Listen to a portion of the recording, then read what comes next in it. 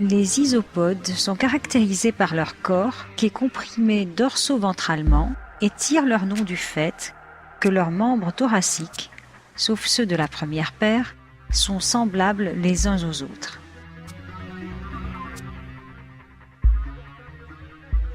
Tout le monde connaît cet isopode qu'est le cloporte, encore appelé cochon de cave, mais peu connaissent son cousin, l'azelle, qui vit principalement dans les eaux douces et qui n'aime pas non plus la lumière.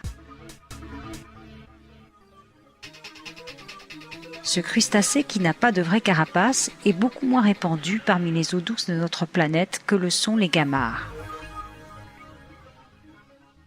Dans certains pays, l'azelle manque complètement. Dans d'autres, son habitat est souvent limité à quelques localités. Il peut s'adapter à vivre dans de l'eau légèrement salée. Il vit par exemple dans la mer Baltique.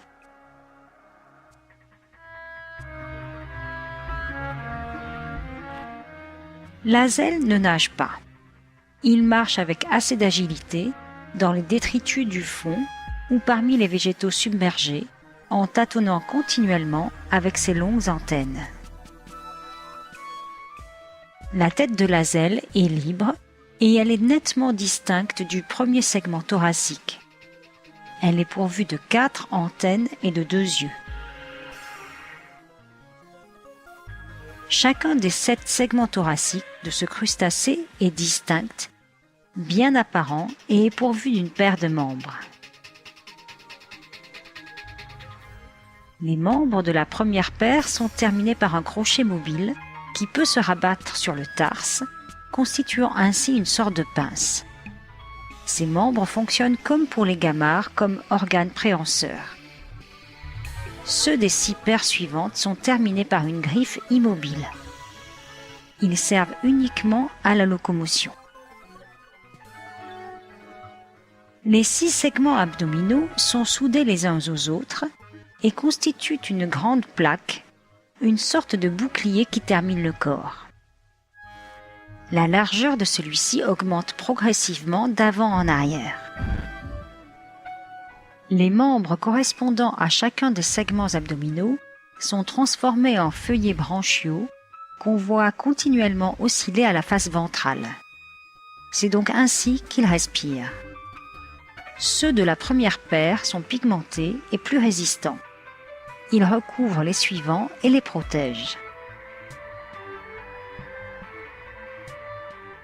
Le corps est terminé par 2 appendices en forme de langue de serpent.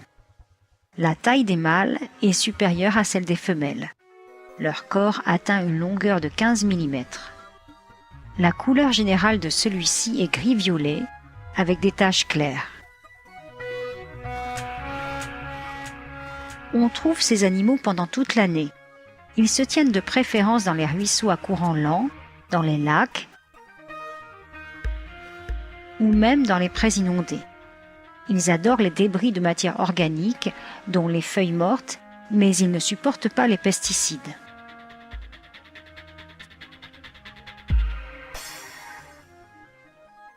Pendant l'époque de la reproduction, les mâles se promènent en tenant leurs femelles enlacées sous leur ventre. Celles-ci conserveront leur sang à 200 œufs sous leur thorax, dans une poche créée par des extensions du bout de leurs pattes thoraciques, et ce jusqu'à l'éclosion d'un adulte miniature.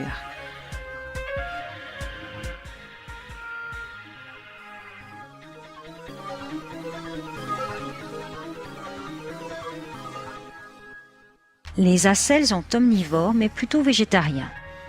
Ils se nourrissent des débris végétaux en décomposition et des animaux qui sont fixés dessus.